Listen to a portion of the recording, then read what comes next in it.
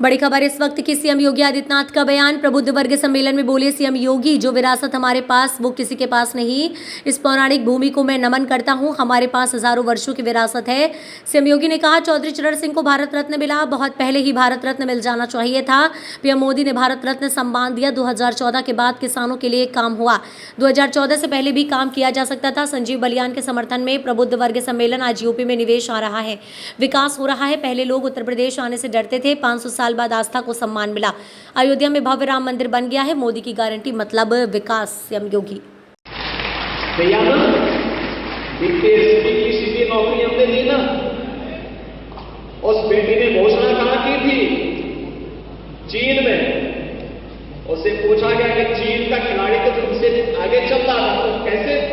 उसने कहा जैसे वो आगे चल रही थी तो मैंने कहा बीपीएससी का वो छूट जाएगा, तो मैंने उसके सारी अपने पूरी ताकत और उसको पछाड़ करके भारत के गोड़ बदल दिया। अब होनहार खिलाड़ियों की जगह बनेगी मुजफ्फरनगर लोकसभा से। पहले से है, लेकिन उसको और एक नया स्वरूप, नए कलेवर के साथ, पूरी भव्यता के साथ, एक इंटरनेशनल खेल की हम यूनिवर्सिटी, स्पोर्ट्स यूनिवर्सिटी यहां बनाने जा रहे हैं। आज आपने देखा होगा डेवलपमेंट के कितने कार्य हुए, और डेवलपमेंट तब सार्थक है जब सुरक्षा हो। सुरक्षा के मोर्चे पर कोई कोताही नहीं, कोई कोताही नहीं।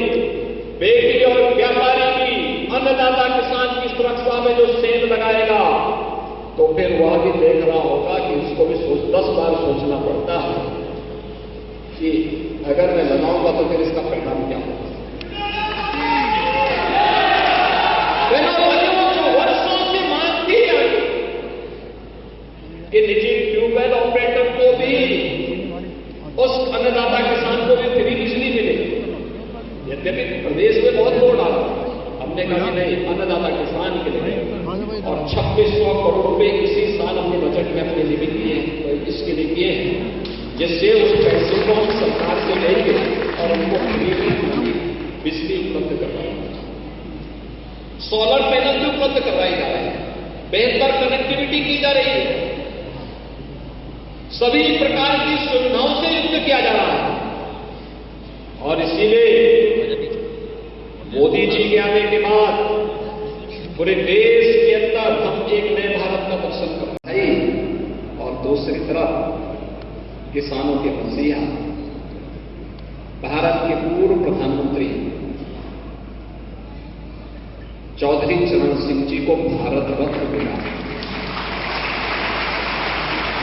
चौधरी साहब को सम्मान बहुत पहले मिलना चाहिए था, लेकिन किसान पिछली सरकारों के एजेंडे में नहीं था। अन्यथा ये कार्य बहुत पहले होना चाहिए था। क्या कर रहा था एंटी डेवलपमेंट?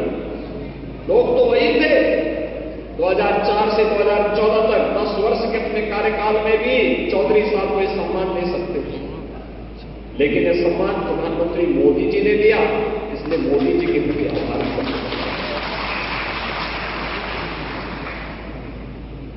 भारत के विकास का रास्ता हमारे देश के गांव और खेत और खलियान से होकर के जाता है। ये बात कहने वाला भारत माता का कोई एक सपूत था तो चौधरी चरण सिंह और आज चौधरी साहब के प्रति कृतज्ञता ज्ञापित करने के लिए प्रधानमंत्री मोदी जी ने उन्हें भारत रत्न देकर के भारत की उस गौरवशाली परंपरा के साथ जोड़ने का काम किया है, जो हर भारतवासी के लिए सम्मान की बात है।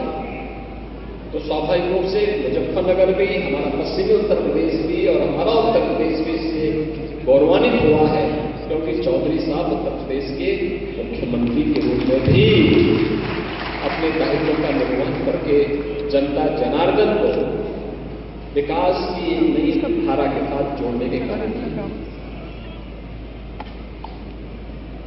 बहनों और भाइयों, मैं आज मुजफ्फरनगर में आया हूं एक सामान्य रूप से।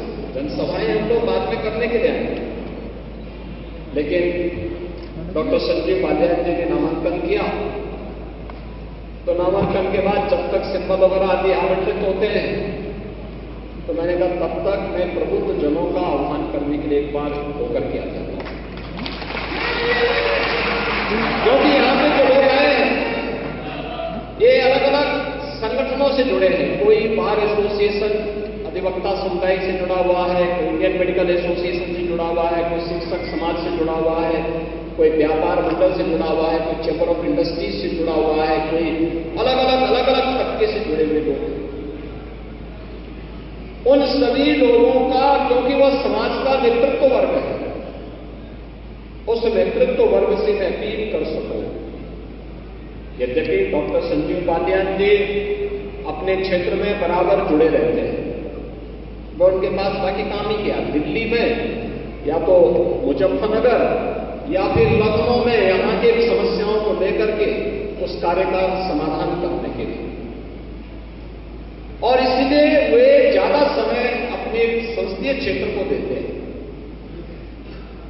ये जिम्मेदारी देने के लिए ही मैं आपके पास आया हूं कि चुनाव के दौरान प्रत्याशी से अपेक्षा नहीं होनी चाहिए कि हर घर जा पाए, हर विधानसभा में जा पाए या हर गांव में चला जाए। उनके कार्यक्रम सीमित होंगे, जो कि केंद्रीय मंत्री हैं तो अन्य क्षेत्रों में भी उनको प्रचार के लिए जाना पड़ सकता है। इसलिए हर प्रबुद्ध जन को, हर पदाधिकारी को, हर जनप्रतिनिधि को, हर कार्यकर्ता को स्वयं संजीव पालियान बनना पड़ेगा, तब मोदी जी के संकल्प की पूर्ति में अधिक सहायक होगा। आप देखिए ना, एक वोट की कीमत आपकी कितनी होती है? एक वोट वह देश की तकदीर को भी और देश की तस्वीर को भी बदल सकती है। आपका एक वोट जब गलत हाथों में जाता था तो मुजफ्फरनगर में महीनों कर्फ्यू लगता था। आपका एक वोट सही हाथों में गया तो मुजफ्फरनगर अब कर्फ्यू नहीं, कावड़ यात्रा के लिए जाना जाता है।